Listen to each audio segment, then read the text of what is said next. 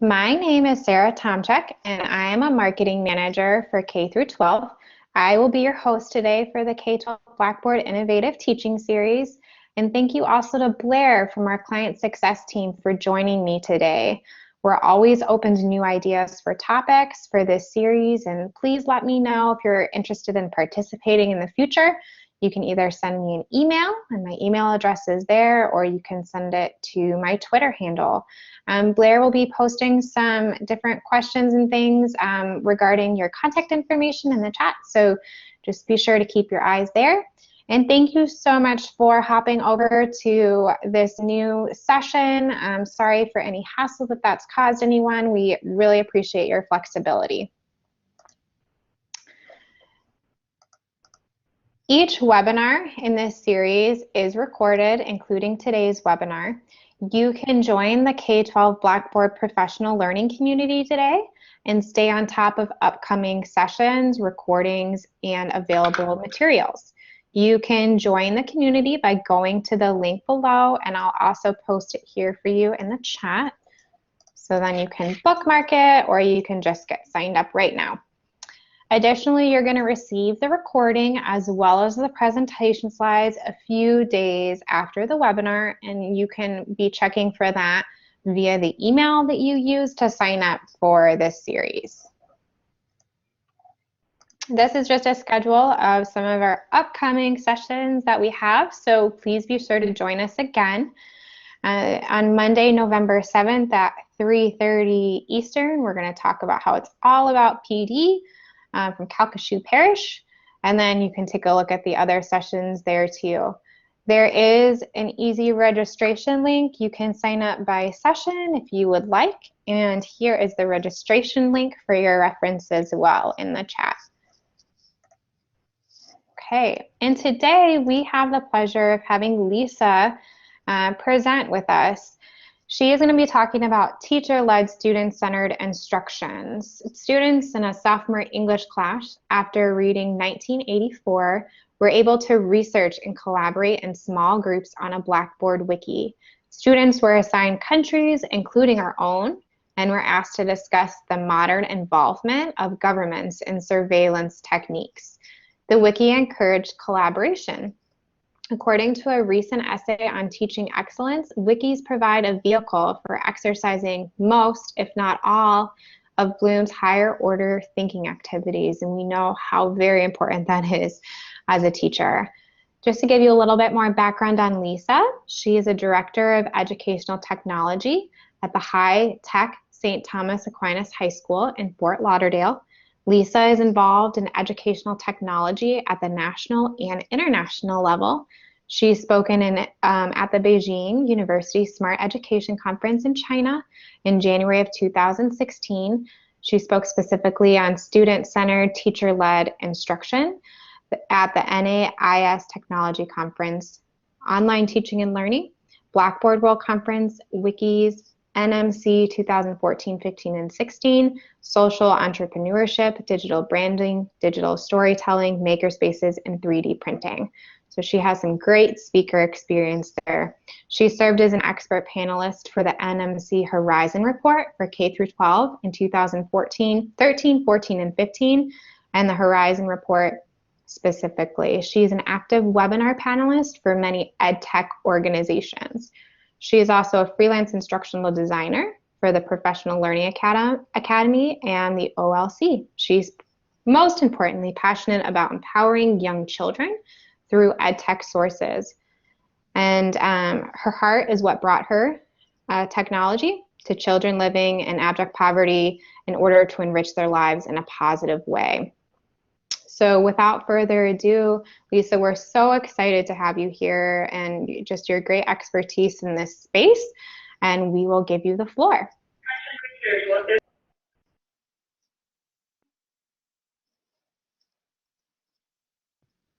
Hello, and thank you for attending the session. I am still at the school that I teach at, in case you hear any background noise, but hopefully everybody can hear me, and I'll get started with the presentation. And welcome. So today I'm going to be presenting about teacher-led, student-centered instruction. As a expert panelist of the NMC Horizon Report, which predicts trends and technologies for the future, two of those trends are really addressed in what I'm going to be talking to you about today. One of them is the changing roles of teachers. And as you know, because I'm sure most of you are teachers or working with teachers, the role of teacher has changed with the new technologies that we now have, to where the teacher is often and should be more of a facilitator while students are participating and working with the teacher to learn new subjects and to learn, get new ideas. So that's one of them. And then the other very important trend in technology and just in education right now is also collaboration. And I discovered the Blackboard tool of wikis as a way to really promote collaboration with students in the classroom.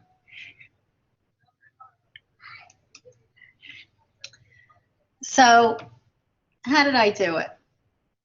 Well, I got together with the English teacher, and she decided she wanted to do a collaborative project, which I'm going to tell you about in a few minutes. But she wanted to know what would be a good collaborative platform for students to, specifically to write, because she's an English teacher. So she wanted it to not only be a presentation, say like a PowerPoint presentation or whatever. She really wanted them to have to add written content. And so I had the idea to have them create a wiki. So the first thing I did when I brought the students in here was to talk to them about what is the difference between a wiki and a blog. I know everybody's heard of wiki, everybody's heard of blog. Well, what's the difference? So they raise their hand and they'll usually say, oh, well, a wiki has facts and a blog doesn't. Well, that's not exactly true, because the blog, although it's written in a different way, it's usually backed up by facts. We hope that it's backed up by facts. And so I start to ask them questions and lead them to understand that a wiki is a collaborative online space for students to view, contribute, and edit content. And you as the instructor can see the process and the evolution of that collaborative work within Blackboard. And you can grade each participant individually. And a blog, the word blog came about, and it's short for a web log. And it's considered a shared online diary. It's more subjective than factual, but can be factual as well. So the example that I would use with students, if I'm trying to tell them the difference, would be, for example, we've seen different blogs that people write if they're groping with an illness. Say somebody has diabetes and they want to discuss, you know, what they've been doing that's worked in their treatment or hasn't worked. So they might post a blog, you know, about, so it is like an online diary because it's their journey with this illness. Whereas the wiki is going to be more collaborative than a blog, and it lends itself really nicely in the classroom to be a collaborative project where students can, a teacher can divide up work among the students. So why wiki? Well, there's a growing popularity of Web 2.0 and social networking sites such as blogs, wikis, and tagging. And Wiki is a new generation of collaborative tool. And people, and especially in Blackboard, they can work simultaneously on the same documents. Through Blackboard, it's a website, and it enables any visitors to add or remove or edit or change content without the need for registration. And something that I found very useful is that when students create the wiki within Blackboard, every time they create a post, that post is attributed to them. It will be time-stamped, and it will have their name on it. And I show that, I demonstrate that to the students so that they understand that anything they are posting, because they are logged in under their student name in Blackboard, it's going to have their name and it's going to have their timestamp. Also, within the group, whoever edits a page, every edit will be there too, and the teacher can look in on the student's edits. So again, wikis, like blogs, are fundamentally collaborative. And here again, this is just a graphic of the difference between assigning a journal or a blog or a wiki. Of course, the ownership of the journal is going to be individual or group. A blog could be individual, group, or a course, but wiki is really a group project. You wouldn't do a wiki just for yourself. There wouldn't be a reason to do a wiki unless you were interested in other people participating in on the wiki with you. The difference also on the commenting within a journal is going to probably be something written just for the audience of the instructor, whereas a blog or a wiki is for anyone to see and anybody to comment on. The journal and the blog are going to be chronological. There we have that diary aspect of the journal or blog writing again, where the wiki is going to be spatial. It's going to be very creative in how the students are going to organize the pages and what each page is going to contain.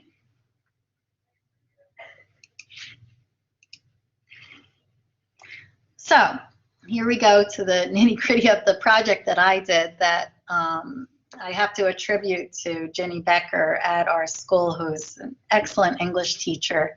And she and I worked together collaboratively on this project. I invited her to be and do this webinar with me. Unfortunately, she couldn't attend, but I definitely want to give her credit for the curricular side of this. So she wanted to do a wiki project, a collaborative writing project with her English class, and they were studying George Orwell's 1984. Of course, the theme of 1984 is Big Brother watching. So this is an actual page. I know it's kind of small, but it's an actual page from the wiki, I just wanted you to see kind of what it looks like when it's all set up in Blackboard. What she did is she and I divided the students into groups of, there's about 25 students in the class, so you figure groups of about 4 each. And each group was given a different country that we would perceive as having Big Brother watching. Actually, one group had the United States because they were talking about homeland security. So it wasn't like we were saying, oh, you had to be a repressive country or a communist country to take part in this. So each group took a country. This one you see Kim Jong-un and his predecessors. So this would be a group of that's talking about totalitarian government in North Korea. So here you see on the right-hand side all the different students and what they had been writing about. If you look here on the right, North Korea, bibliography, Big Brother, doublethink. They had many things, many roles, and I'm going to explain to you the different roles. But I just wanted you to see how the basic page in Blackboard looks when it's all set up. So things to consider if you're going to get started, and I'd be more than happy to share this presentation with anybody who would be interested in it. Things to consider are that before you get it started, I'm the instructional technologist, so I know all the technology part of it, and then the teacher, of course, is the subject area expert. So that would be the first thing you would want to do, would be to put together the teacher with whoever happens to be leading the technology at the school. The technology to deliver the teacher-led student workshop must be relevant to the topic being presented. She actually is the only teacher so far that school year that I did a wiki with. Now everybody wants to do it, of course, because they saw her do it, but not necessarily every project or every curriculum lends itself to writing a wiki. Of course, before her students even got started on this project, we did a detailed rubric of expectations and grade requirements. I work in a high school, so for students it's very important for them to know exactly what we want them to do and exactly what is going to be expected of them before the project. And then the teacher brought her classes in here to the media center, and together we presented the project. Yes, I can certainly I just saw that, Carla. Yes, absolutely can give you a copy of the rubric. It's at the end of this presentation, but it's kind of small, so I can get you I'll share that file with you and get you a copy of the rubric. So the students came in, and this is what we required of them.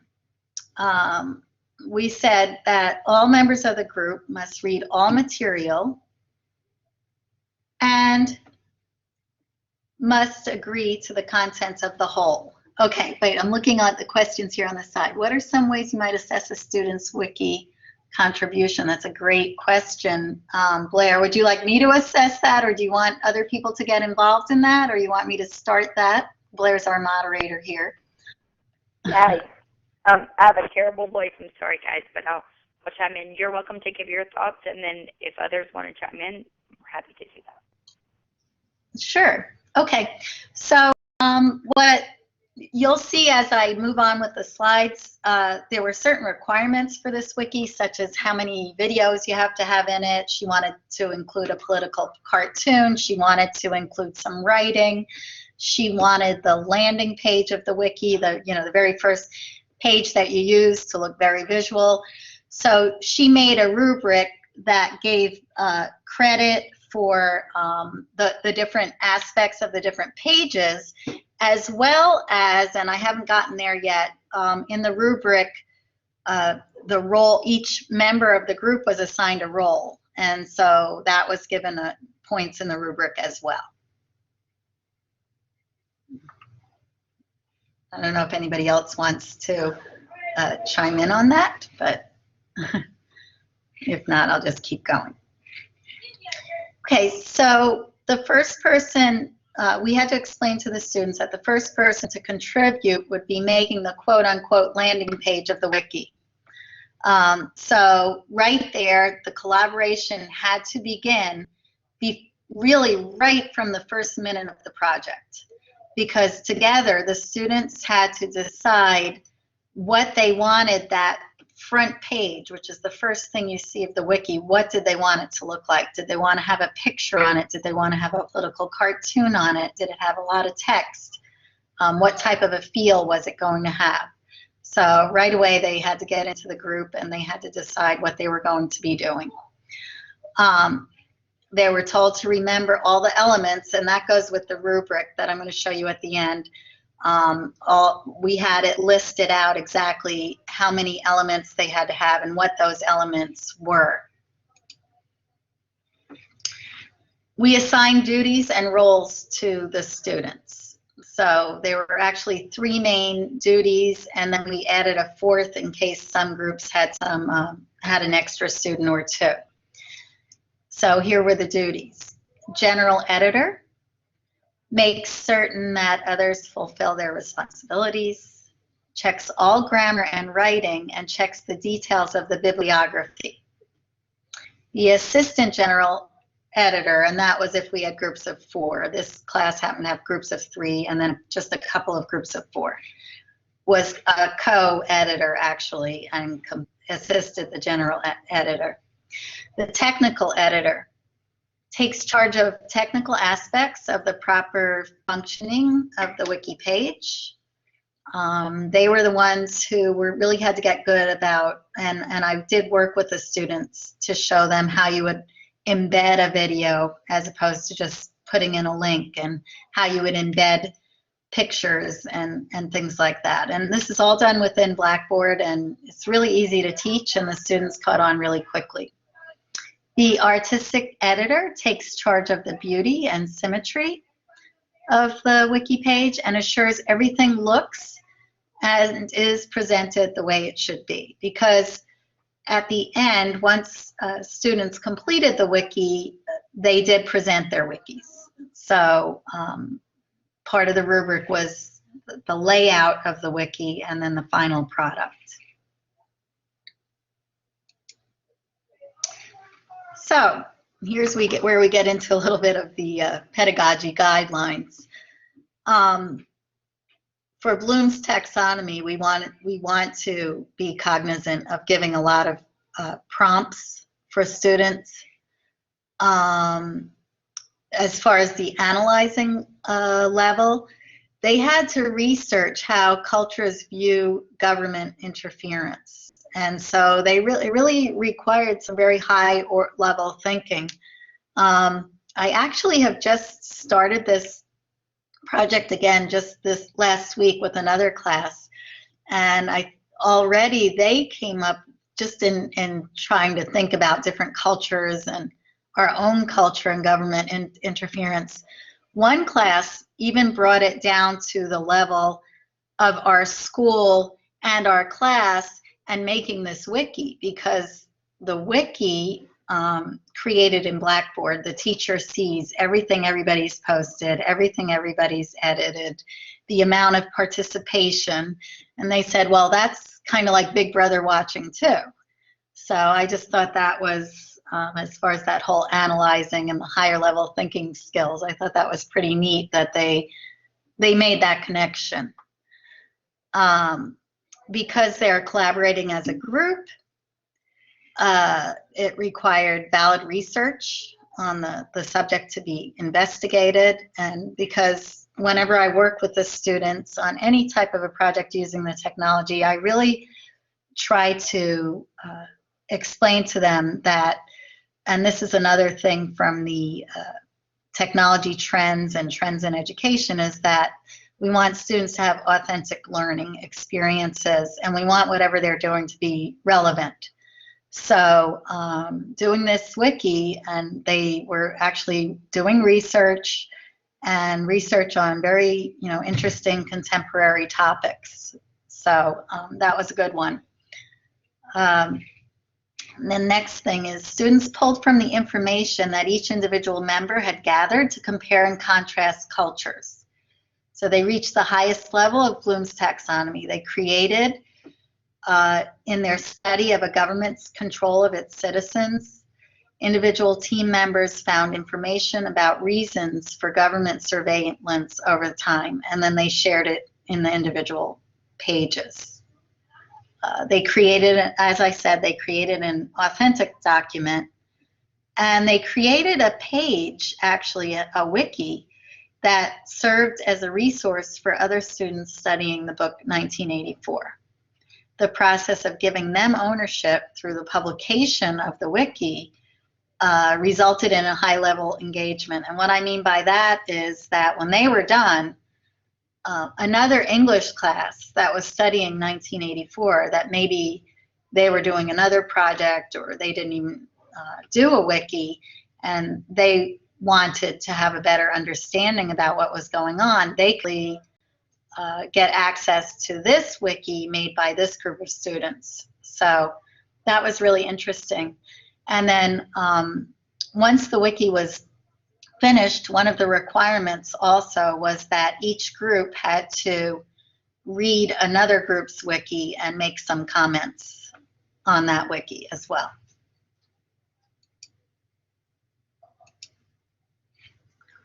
So just to recap, and then I'll show you a couple of pictures and things of the finished product.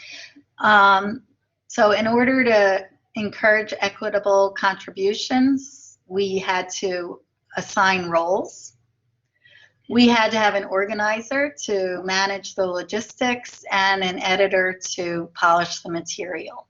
So, you know, before we even started the project, we really had everything all set as to who was going to be doing what. And I hope you've felt through what I've been talking about that, thank you, and I hope you feel that, do you notice the whole onus is on the students? Yeah, the teacher is there, she's watching them do it, she's telling them, you know, what she's required, what she would like to do to require, but, you know, they're the creators. See, this is, again, another thing, students as creators. So here are the requirements that we asked for them. They had to have published articles on the given topic, and I know you might think this is funny, but we put in there, don't use Wikipedia. So they had to have articles from different sources, and we did have them come in and work with our media specialist, and he showed them the different databases where they could get some good sources. They needed to embed 2 videos relating to the topic, and I think during the presentation phase, that was my favorite part, was just watching, because you hear about Big Brother watching in other countries and our own country, but to watch videos of experiences of different people, it really brought it home. And they had to use relevant visuals, and the idea of using political cartoons was Ginny Becker's, the English teacher, and I thought that was great, because the other day I was doing another project with a group of students, and I did a raise of hands. Who gets the newspaper at home, or who's read a new newspaper with their parents? And I think out of a class of 26, maybe 3 raised their hands. So when do students get to see a political cartoon and interpret that political cartoon? Not very often, because they don't have a newspaper anymore. I don't blame them. I don't get a hard copy of the newspaper either. I get the New York Times. It comes to my email in the morning. So I thought that was really good. And then, so here they are in the classroom after they were finished with the wiki, and they took turns, and each group came up and they presented what they had done, and they were just really, really proud of the fact that they had created this wiki. A lot of them do use Wikipedia, and I don't think they had thought about the fact that, yep, somebody just put that together. So here it was.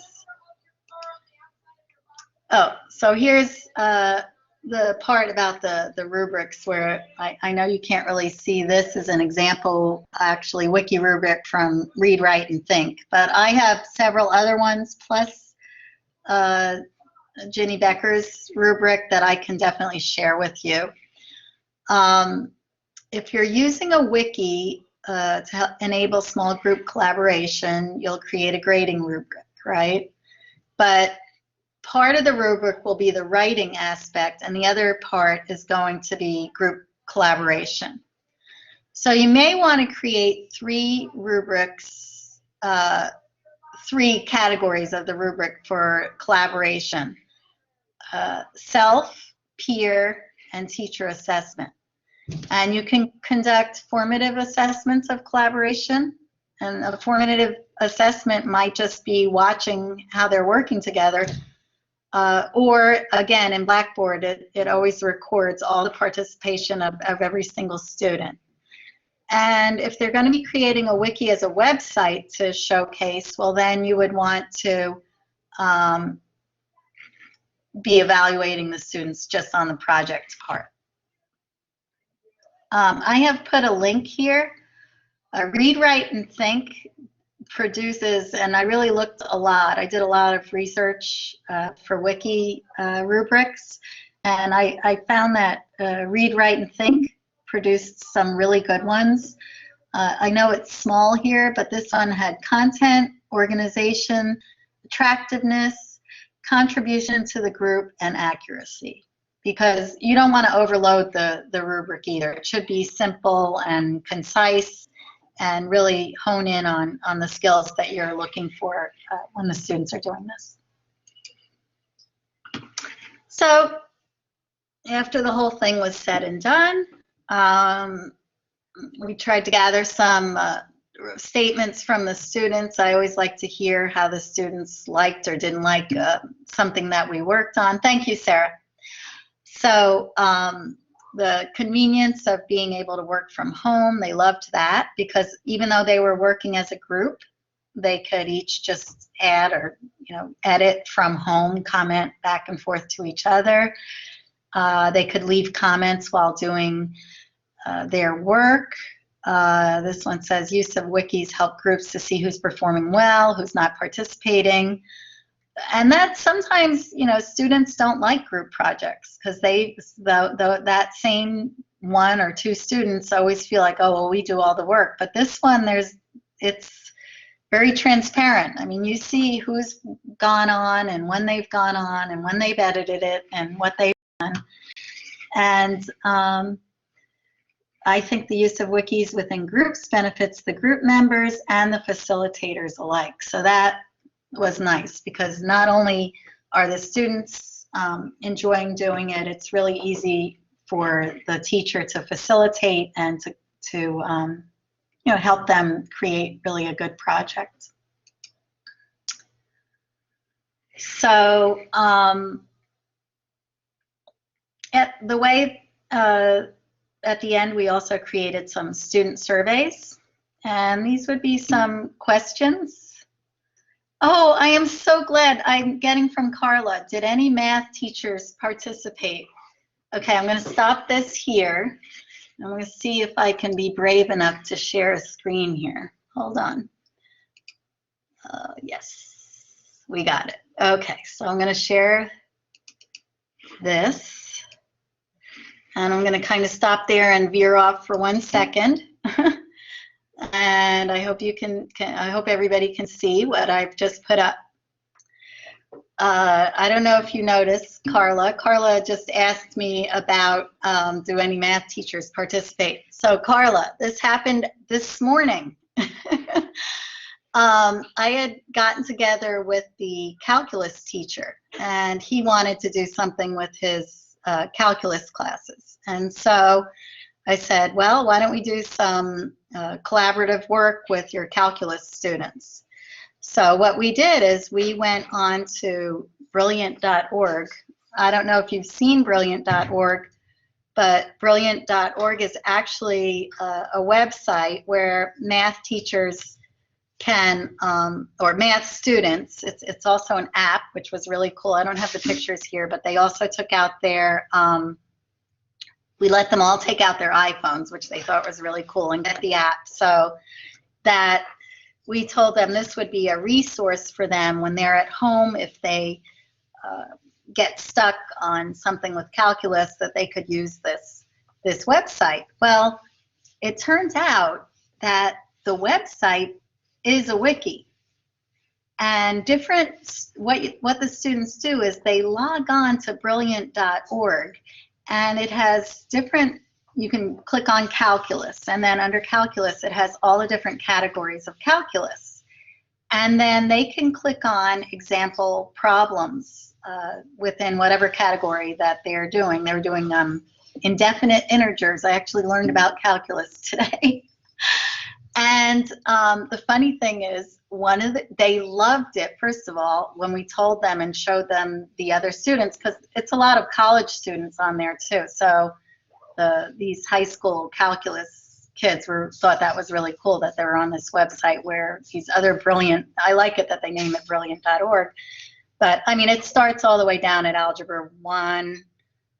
Yeah, Algebra, then Geometry, I can see it the thing there. But so it is a wiki.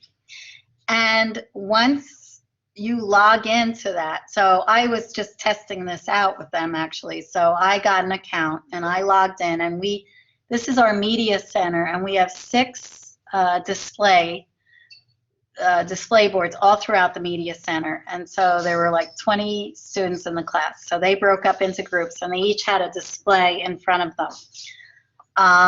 And the display had the same topic. And so they went through, but it was a wiki page. What you're looking at on that screen there, it's actually an actual wiki page. So one of the students noticed a mistake on it. It was really just the way they had worded the problem. So he said, "Can I correct it?" And I said, "Yeah, go ahead and correct it." So it's funny now, if you go on that page, he did correct it. We refreshed everybody's display. Everybody had the correction, and then it tells you who edited or who helped with that project. So I am now, my name, Lisa Gustinelli, as if I know anything about calculus, not my favorite subject. So it looks like I corrected the wiki page of this calculus problem. So yes, by all means, you can do it in math. You can do it really in any subject across the curriculum, because I'm hoping that everybody is doing collaborative learning. And this is just a really cool, fun. The kids loved it. They had a great morning today. So as far as, and thank you, Barbara, for Flat Classroom Project.Wikispace. That looks really interesting too. So I just want to share one more thing with you here. So this is the NMC Horizon Report. And can everybody see this okay too? I hope so. So this, okay, good. So this is from the 2016 NMC Horizon Report. And I've been a writer on this for 3 years in a row now. And it's really interesting. If you want to download, it's just the NMC Horizon Report. And it's people from teachers and educators from all over the world discuss the trends in technology and trends in just in education for, if you look there, it has short term and then midterm and long term. So here we have in the short term, if you look up there, it says students as creators. So making a wiki, no matter what subject it is, even if it's in math class, because I know sometimes math teachers feel left out, they are creators. Midterm, and by the way, short term means it's happening pretty much right now. Midterm is 2 to 3 years out, and long term is 4 to 5 years. So yes, thank you so much, Sarah, for posting the link. So midterm, we've got collaborative learning and deeper learning approaches. So both of those, of course, are covered in the wiki. And then long term, we have redesigning learning spaces and rethinking how schools work. And I'm sure most of you in your schools are starting, the media center isn't what it used to be, and learning spaces are being created where students can sit and collaborate and work on things together. So again, what better way to do that than to use one of the wikis. Now, I'm going to go back to my original presentation. Okay. And I'm going to share that one. Whoops, sorry. I was doing okay on the back and forth until just now.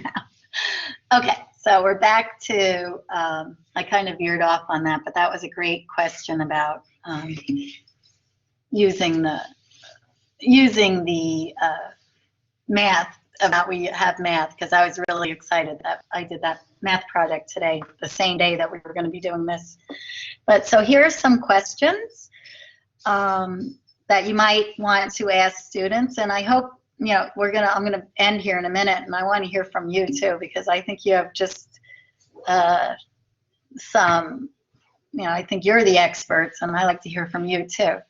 So have you used a wiki before? To what extent do you agree it was useful or easy to use?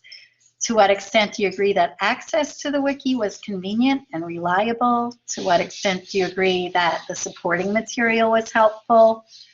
Did it assist with your assignment? Did it facilitate group collaboration? Do you agree it was a useful learning experience? Was it a useful communication tool, and would you recommend it? And then here are just 4 major questions. Had you used it? I was surprised. Most of the students said no. They did agree that it was easy to use. They did agree that it was useful, and they did agree that it was convenient and reliable. So just in summary, one more time, wikis do foster collaborative learning. They're a great tool for promoting higher level thinking. They can be shared throughout your school community. I was also a former Latin teacher, and I had Latin students do this in middle school. There was middle school Latin students, and then the upper school Latin students were doing a project and actually used the middle school research to do their project, which I thought was cool. And they're just really easy to teach, and they promote that teacher-led, student-centered learning opportunity. And then I just read this quote: as the pace of technological change speeds up, many jobs will require constant adaptation because of new information and task requirements. In this context, the distinction between learning and work will disappear. A trend toward integrating training with on-the-job activities will result. This trend will extend itself to the point that training as a distinct function will no longer be the primary learning vehicle for many types of jobs. So just to say that this is, again, another experience that students can have with collaboration, because this is what they're going to be doing when they go on to universities, and then, of course, when they're working. So at that, I think I'm going to stop talking, and I'd love to hear from you.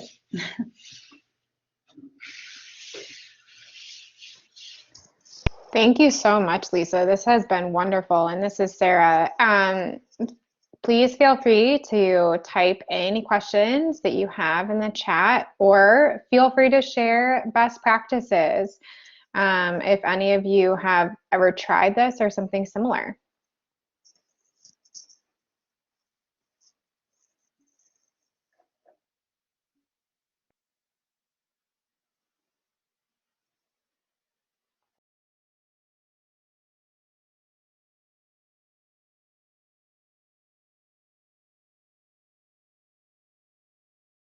Lisa, I would be interested in knowing, you mentioned that you had someone come in and train students on the research component.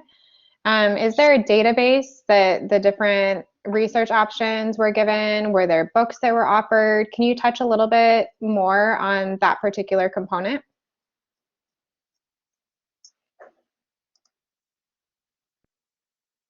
It looks like she might have dropped off. We'll give her just a second to refresh her screen. Feel free to keep typing in questions in the chat.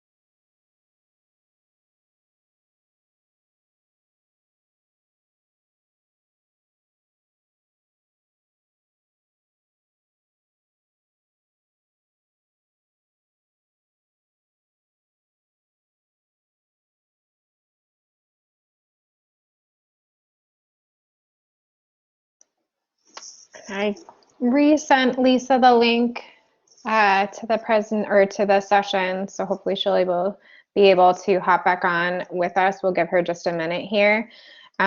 Just a reminder, if you have any questions or if you have a presentation topic, Katie is normally the one who moderates the discussion for today, and she was unable to join us because she's traveling. She actually will be at INACOL this week for any of those of you that are attending or have staff members that are. You can reach her at Katie Gallagher or katie.gallagher@blackboard.com with any questions or presentation and topic ideas. And be sure to just be on the lookout for the follow-up email. We will have all these slides. I know some of you were asking about the rubrics as well. You'll receive the recording for the presentation.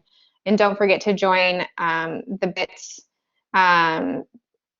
community group that I put in the chat earlier. And feel free to reach out with any questions. Are there any math-specific presentations?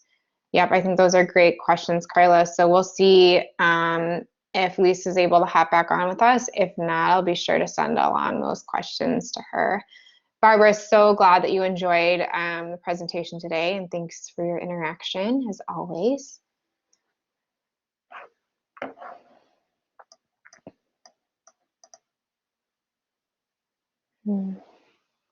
So we're going to have to end our session here. Carla, I will reach out to Lisa directly and see if she does have any math-specific presentations and how to really adapt to math. And we will stop the recording here. Thank you all so much for joining today. Have a lovely rest of your Monday afternoon, and hopefully we will see you on the 7th for our next session. Thanks again.